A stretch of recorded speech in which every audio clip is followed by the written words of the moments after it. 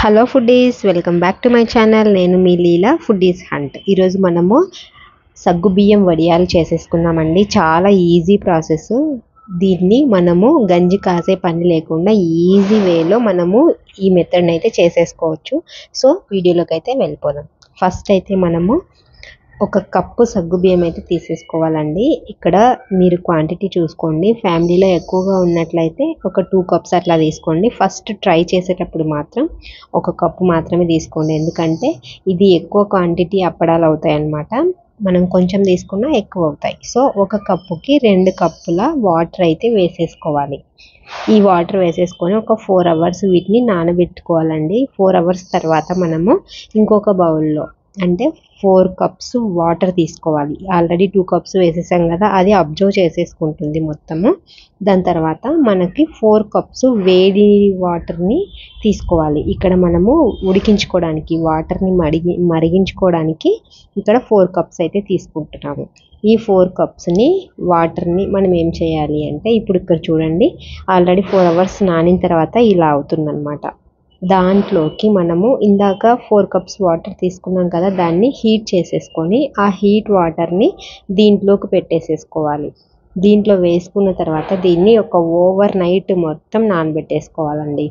Over night నానింది అంటే మనకి consistency చాలా థిక్గా వచ్చేస్తుంది అనమాట. మనకి ఒక నైట్ మొత్తం నానిపోవాలి. ఇప్పుడు నెక్స్ట్ ప్రాసెస్ నెక్స్ట్ డే నేను చూపిస్తాను.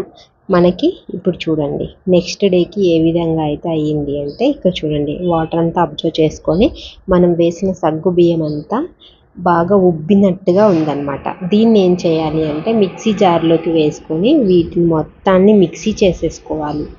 ఇలా మిక్సీ చేసేసుకోవడం వల్ల మనకు కన్సిస్టెన్సీ చాలా లూజ్గా వస్తుందన్నమాట. మనం ఎక్స్ట్రా వాటర్ అనేది యాడ్ చేయాల్సిన అవసరమే లేదండి. ఇక్కడ సాల్ట్ వేసుకుంటున్నాం. ఫస్ట్ సాల్ట్ వేసేసుకున్నాక నెక్స్ట్ జీలకర్ర, వాము అండి. ఇది కంపల్సరీ వేసుకోవాలి, ఎందుకంటే మనము ఆయిల్లో ఫ్రై చేసిన ఐటమ్స్ కాబట్టి కొంచెం టమ్మీ ప్రాబ్లం వచ్చే ఛాన్సెస్ ఉంది కాబట్టి కంపల్సరీ జీలకర్ర, వాము అనేది వేసుకోవాలి. దాని తర్వాత నేను ఎండుమిర్చిని ఒక 3 ఎండుమిర్చిని పౌడర్ చేసుకున్నాను, లేదంటే మీ దగ్గర నైఫ్తో కూడా కట్ చేసేసుకోవచ్చు చిన్న చిన్న పీసెస్. అలాగే కొత్తిమీర యాడ్ చేసుకున్నాను. దీన్ని మొత్తాన్ని మిక్స్ బాగా కలిపేసేసుకోండి. ఒకసారి కలుపుకున్న తర్వాత మనకి కన్సిస్టెన్సీ చూడండి చాలా లూజ్గా వచ్చేసింది కదా. ఇప్పుడు మనము ఒక పేపర్ మీద, అక్కడ నేనైతే ఇది ఎండలో పెట్టట్లేదండి, మామూలుగా మనకి ఫ్యాన్ కింద అయినా పెట్టేసుకోవచ్చు.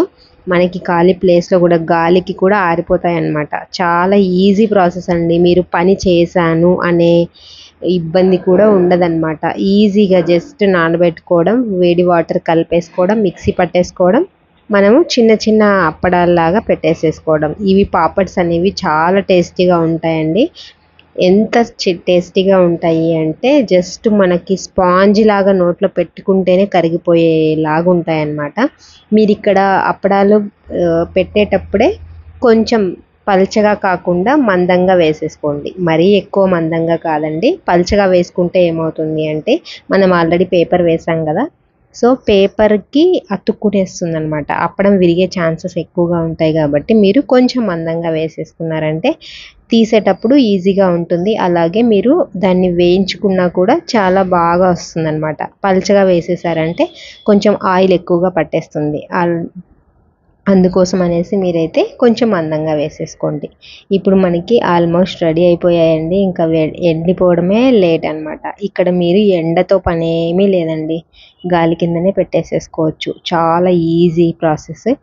కష్టపడకుండా మనకి టేస్టీ టేస్టీ పాపడ్స్ అయితే మనం రెడీ చేసేసుకోవచ్చు అనమాట. చూసారా ఎంత ఫాస్ట్గా అయిపోతుందో.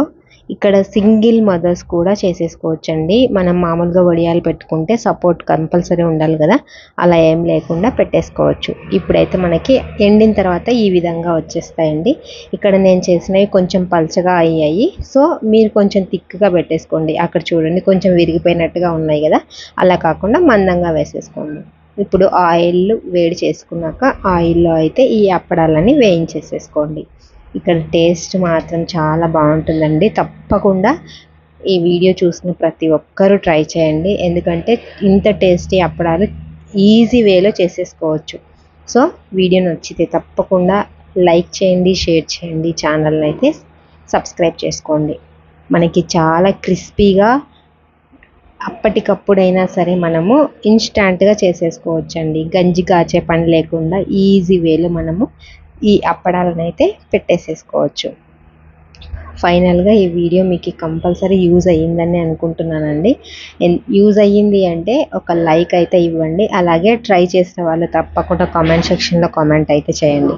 చూసారా అప్పడాలు ఎంత మెత్తగా ఉన్నాయో. సో తప్పకుండా ట్రై చేయండి. Thank you so much for watching. Thank you.